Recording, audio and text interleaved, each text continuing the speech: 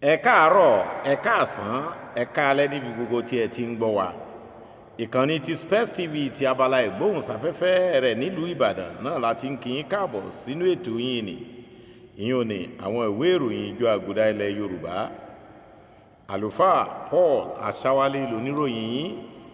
Kókó inú àwọn ìwé ìròyìn yìí ni kẹ́ fìdílé nǹkan kẹ́ tẹ́tí gbọ́. Àárọ̀ dẹ́dẹ́ kó mọ̀mọ́ já. Èkó àrùmísà lẹ́gbẹ̀lẹ́gbẹ̀. Àárọ̀ dẹ́dẹ́ kó mọ̀mọ́ já. Èkó àrùmísà lẹ́gbẹ̀lẹ́gbẹ̀. Ẹni bínú Aṣáwálé á lọ sódò lọ́wẹ́ o. Ẹ̀yin ni ẹ bá ń parí ìyókù nítorí a kì í gbọ́ búburú lẹ́nu abọ́ rẹ̀. Ẹ jẹ́ n bẹ̀rẹ̀ láti ìlú Èkó gẹ́gẹ́ bí mo ti wí, àrùmísà lẹ́gbẹ̀lẹ́gbẹ̀. Òpin ní láti dé bá pípa àwọn àlùfáà nípakúpa o. Gbàjarè yìí ló yọ sí ojú ìwé kìíní ti The Catholic Herald látèkó. Ẹ fòpin sírìn àjò ìwòsàn ẹ̀tún ẹ̀ka ìwòsàn Nàìjíríà náà ṣe. Ọ̀rọ̀ olóòtú ìwé ìròyìn Herald nìyí lójú ìwé kẹta rẹ̀.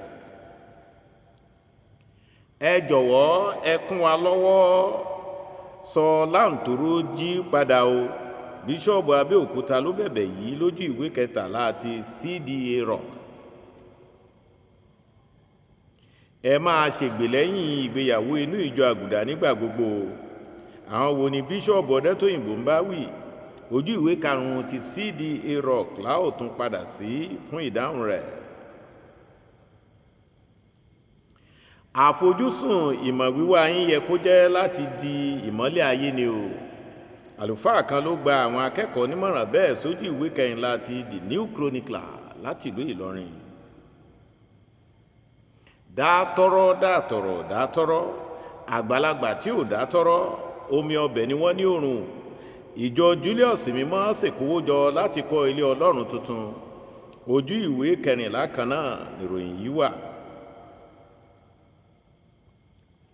Júbílì alájùmọ̀ṣe nílùú Ẹlẹ́lẹ̀ so àwọn ìjọ Àgùdà ṣọ̀kan nínú ìrìn àjò ìgbàgbọ́ àti ìsọdọ̀tun. Èyí ló yọ sójú ìwé ìròyìn Independent ọ̀sẹ̀ yìí. Láàárín ìgbàgbọ́ àtòǹfà àwùjọ, àwọn ọ̀dọ́ Nàìjíríà ò tilẹ̀ mọdó tààdọ̀rùn lásìmọ́ báyìí o. Lámì ètò àwùjọ kan ló bojú wọ̀rọ̀ yìí sójú ìwé keje ti Independent.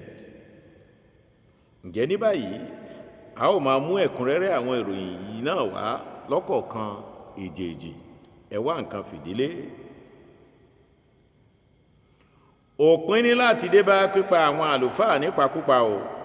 Gbàjarè yìí ló sí ojú ìwé kìíní ti The Catholic Herald látèkó.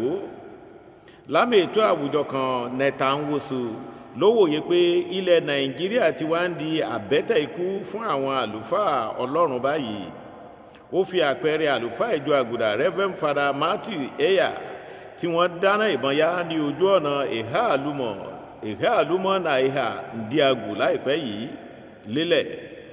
Ó ní ọwọ́ ariwo tí Nàìjíríà pa lẹ́yìn ìpakúpa tí wọ́n pa àlùfáà yìí ni pé Ọlọ́run á dájọ́. Ó rántí àwọn àlùfáà bíi Father Fetus Borogo, Father Joseph Bako, Father John Gbákan, Father Isaac Achi àtàwọn mìíràn tó lóun ò tilẹ̀ lè rántí láti dárúkọ tán tí wọ́n ti pa nípakúpa bẹ́ẹ̀. Ó wá béèrè pé bí àwọn àlùfáà aláṣọ funfun ò bá lè lọ ṣiṣẹ́ wọn pẹ̀lú ìrọ̀rùn, báwo wá ní tàwọn àgbẹ̀, àwọn oníṣòwò àtàwọn akẹ́kọ̀ọ́ lórílẹ̀‐èdè yìí yóò ti jẹ́. Ó ní ẹ̀jẹ̀ àwọn ènìyàn wọ̀nyí ń kígbe fún ẹ̀san o. Bẹ́ẹ̀ ni òun pè fún Nàìjíríà tí àwọn àlùfáà yóò ti máa lọ ṣiṣẹ́ wọn lálàáfíà láì tilẹ̀ ní àmì ìdánimọ̀ lára rárá. Ẹ fòpin sírìn àjò ìwòsàn ẹ̀tún ẹ̀ka ìwòsàn Nàìjíríà náà ṣe. Ọ̀rọ̀ olóòtú ìwé ìròyìn Herald nìyí lójú ìwé kẹta rẹ̀. Olóòtú ìwé ìròyìn yìí lóhùn rọ àwọn adarí orílẹ̀-èdè Nàìjíríà kí wọ́n yára múṣẹ́ ṣe lórí gbogbo gbàjarè táwọn àgbáríjọ bíṣọ́ọ̀bù ìjọ Àgùdà Nàìjíríà ké jáde lẹ́yìn ìpàdé wọn ní Ikot Ẹ̀pẹ̀nẹ́ lóṣù tó kọjá.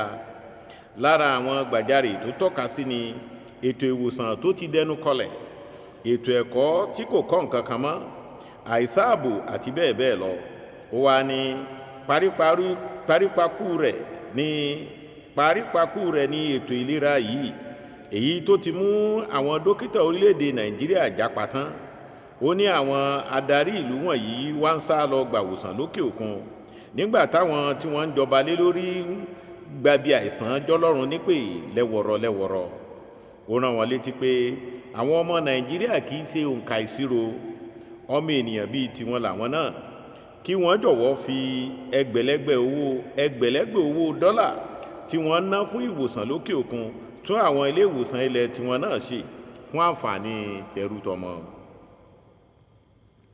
Ẹ jọ̀wọ́ ẹ kún wa lọ́wọ́ sọ láǹtóró jí padà o. Bíṣọ́ọ̀bù Abẹ́òkúta ló bẹ̀bẹ̀ yìí lójú ìwé 13 ti CDA Rock.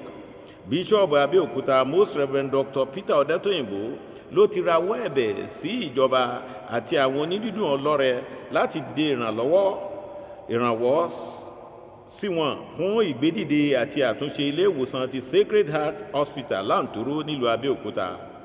Ìpè yìí ló wá níbi ìkówójọ fún àtúnṣe ilé ìwòsàn náà ní St. John Paul II Hall, SS Peter and Paul Catholic Cathedral lábẹ́òkúta kan náà. Ilé ìwòsàn yìí níròyìn sọ pé ó jẹ́ àkọ́kọ́ lórílẹ̀-èdè Nàìjíríà ní 1895. Bíṣọ́ọ̀bù ṣàìdúpẹ́ ìrànlọ́wọ́ láti ọ̀dọ̀ ìjọba ìpínlẹ̀ Ògùn pẹ̀lú alákòóso ètò ìlera fún ìpínlẹ̀ náà, arákùnrin Tommy Kuka.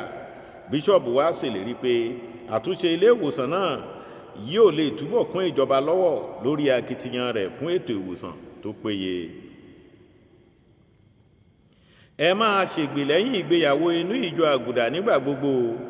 Àwọn wo ni Bíṣọ́ọ̀bù Ọ̀dẹ́tòyìnbó ń bá wí nínú mísà fún ìkówójọ oní mílíọ̀nù 10 náírà fún kíkọ́ ojúbọ Màríà ti gbogbo ẹkùn Abẹ́òkúta, èyí tí ẹgbẹ́ àwọn màmá inú ìjọ Àgùdà ẹkùn náà ṣe ni Bíṣọ́ọ̀bù ti pàrọwà yìí. Ayẹyẹ náà níròyìn sọ pé wáyé ní Christ the King Catholic Church Àgbàrá lábẹ́òkúta. Bíṣọ́ọ̀bù sọ síwájú sí pé níwọ̀n ìgbà tí wọ́n ti fara wọn jìn nínú ẹgbẹ́ yìí láti dúró ṣinṣin nínú ẹ̀bùn Ọlọ́run fún wọn, èyí tí í ṣe sákrámẹ́ǹtì ìgbéyàwó, kí wọ́n yára máa ṣègbé lárugẹ rẹ̀ fáwọn tó ń bọ̀ lẹ́yìn ni o, kí wọ́n sì jẹ́ aláàánú sẹ́gbẹ́ wọn àti sáwọn tó yí wọn ká. Àfojúsùn ìmọ̀ wíwá yín yẹ kó jẹ́ láti di ìmọ́lẹ̀ ayé ni o. Àlùfáà kan ló gba àwọn akẹ́kọ̀ọ́ nímọ̀ràn bẹ́ẹ̀ sójú ìwé 14 ti The New Chronicle ti ìlú Ìlọrin. Reverend Father Professor Patrick Nwosu, àlejò olùbánisọ̀rọ̀ níbi ìkẹ́kọ̀ọ́jáde ọdún yìí tilé ẹ̀kọ́ St. Joseph Catholic Centenary College nílùú Ìlọrin, ló gba àwọn akẹ́kọ̀ọ́ níyànjú bẹ́ẹ̀. Àkòrí ọ̀rọ̀ ìṣípayá ọjọ́ náà ni jíjẹ́ ìmọ́lẹ̀, ìmọ̀ fún ìdí pàtàkì. Jíjẹ́ ìmọ́lẹ̀, ìmọ̀ fún ìdí pàtàkì. Níbẹ̀ ló ti gbóríyìn fún irúfẹ́ ẹ̀kọ́ ìjọ Àgùdà gbogbo, ní pàtàkì fún Bíṣọ́ọ̀bù ẹkùn Ìlọrin Most Reverend Dr. Pendo Lawani fún bó ṣe jẹ́ kí ilé ẹ̀kọ́ náà sì máa léwájú nínú ìmọ̀ àti ìwà ọmọlúàbí láàrin àwọn akẹgbẹ́ rẹ̀ lẹ́kùn náà. Ó fi yé àwọn akẹ́kọ̀ọ́ jáde náà pé àwọn ní iyọ̀ ayé, àwọn sì ní ìmọ́lẹ̀ ayé pẹ̀lú. Nípasẹ̀ àwọn ẹ̀kọ́ tí wọ́n ti rí gbà nílé ẹ̀kọ́ náà, ohun tó ló wá kù fún wọn báyìí ni láti lọ tàn mọ́lẹ̀ náà fàyè rí. Dátọ́rọ́ àgbàlagbà tí ò dátọ́rọ́ omi ọbẹ̀ ní òrùn. Ìjọ Julius mímọ́ ṣèkówójọ láti kọ́ ilé Ọlọ́run tuntun. Ẹsẹ̀ ògbèrò lórí ilẹ̀ St. Julius Catholic Church Ọ̀sìn tó wà lábẹ́ Holy Family Catholic Church Gáà Kànbí nílùú Ìlọrin lọ́jọ́ 24 oṣù kẹjọ ọdún yìí. Ǹjẹ́ kí ló dé? Ìkówójọ láti kọ́lé Ọlọ́run tuntun ló wáyé lọ́jọ́ náà. Kódà àlùfáà tó darí ìsìn lọ́jọ́ náà, Reverend Father Fidelis Atọ́lágbé SMA, náà fi 1,100 kan náírà lélẹ̀. Ìròyìn sọ pé ìkówójọ náà wáyé lábẹ́ alága arábìnrin Caroline Ewédèmí. alága ìgbìmọ̀ ìjọ náà arákùnrin Peter Ibe sọ wípé ètò náà yọrí sí rere bí ó ṣe jẹ́ wípé tonílé tàlejò ló dá sí ọ̀rọ̀ náà àti pé ìfilọ́lẹ̀ ilé náà yóò wáyé láìpẹ́ jọjọ. Júbílì alájùmọ̀ṣe nílùú Ẹlẹ́lẹ̀ so àwọn ìjọ Àgùdà ṣọ̀kan nínú ìrìn àjò ìgbàgbọ́ àti sọdọ̀tun. Ẹ̀mí sọjí lọ́jọ́ 19 sí 21 nínú àgọ́ ti International Sanctuary of Jesus the Saviour and Mother Mary nílùú Ẹlẹ́lẹ̀ níbi tí omilẹ́ngbẹ́ àwọn bíṣọ̀bù, àlùfáà, àwọn olùfọkànsìn àtàwọn ọmọ ìjọ Àgùdà jákèjádò orílẹ̀-èdè Nàìjíríà ti péjọ fáyẹyẹ Júbílì ìrètí. Ayẹyẹ yìí níròyìn ló wáyé lábẹ́ ìṣàkóso àgbáríjọ àwọn bíṣọ̀bù ìjọ Àgùdà ti Nàìjíríà láti ṣàjùmọ̀ṣe Júbílì ìrètí ọlọ́dún kan yìí gẹ́gẹ́ bí Pápá Mímọ́ Francis ṣe là á sílẹ̀ kó tó wàjà. Júbílì yìí ni wọ́n ló wà fún àdúrà, ìsọdọ̀tun àti ìjẹ́rìí. Nínú ìwàásù rẹ̀, aṣojú Pápá Mímọ́ lórílẹ̀‐èdè Nàìjíríà Archbishop Michael Francis Crotty rọ àwọn ọmọ ìjọ Àgùdà kí wọ́n jẹ́ ìtànṣán ìrètí ní orílẹ̀‐èdè yìí tó kún fún àìsáàbò, ìṣẹ́ àti ìwà ìríra àwùjọ ọlọ́kan-ò-jọ̀kan. Láàrin ìgbàgbọ́ àtòǹfà àwùjọ, àwọn ọ̀dọ́ Nàìjíríà ò tilẹ̀ mọ̀dó tààdọ̀rùn lásì mọ́. Lámì ìtọ́ àwùjọ kan ló bojú wọ̀rọ̀ yìí sójú ìwé keje Independent. Lámì ìtọ́ yìí Vincent Ọbáníyì wòye pé lóòótọ́ ni àwọn ọmọ Nàìjíríà jinlẹ̀ nínú ẹ̀sìn, ṣùgbọ́n ó nira ní pàtàkì jùlọ fún àwọn ọ̀dọ́ inú ìjọ Àgùdà láti tẹ̀lé àwọn ẹ̀kọ́ àti ìlànà inú ìjọ wọn. Ó ní èyí kò ṣàìdá lórí ìpèníjà àṣà, ọrọ̀ ajé àti àìlera ọkàn tí àwọn ọ̀dọ́ náà ń dojú kọ láwùjọ.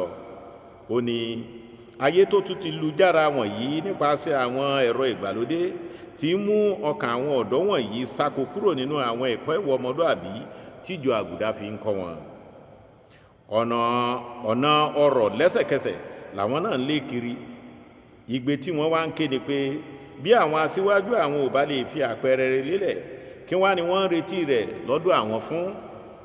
Lámì ìtọ́ yìí wá rọ àwọn irúfẹ́ ọ̀dọ́ bẹ́ẹ̀ láti máa wo tàwọn aṣíwájú o, ṣùgbọ́n kí wọ́n máa mú ìwúrí àti agbára wọn láti inú Eucharisty mímọ́, orísun àti àṣepé ayọ̀ àti ìgbàgbọ́ wọn. Tó a ò ní torí àwíjàre kí tó tán lẹ́nu. Àgbétò ṣetán ó ń rèlú ìdáró, àlùkò ṣetán ó ń rèlú ìkosùn, lékèlékè ṣetán ó ń rèlú ìkẹfun. Àlùfáà Ṣáwálé sọ̀ròyìn tán lọ́sẹ̀ yìí ó ń padà ságọ́ rẹ̀ láti iléeṣẹ́ ìgbóhùnsáfẹ́fẹ́ Space TV ti ìlú Ìbàdàn. Ẹ ò ní kóbi, ibi ò ní kò yín, káwá tún máa gbọ́ra wa láyọ̀ láyọ̀.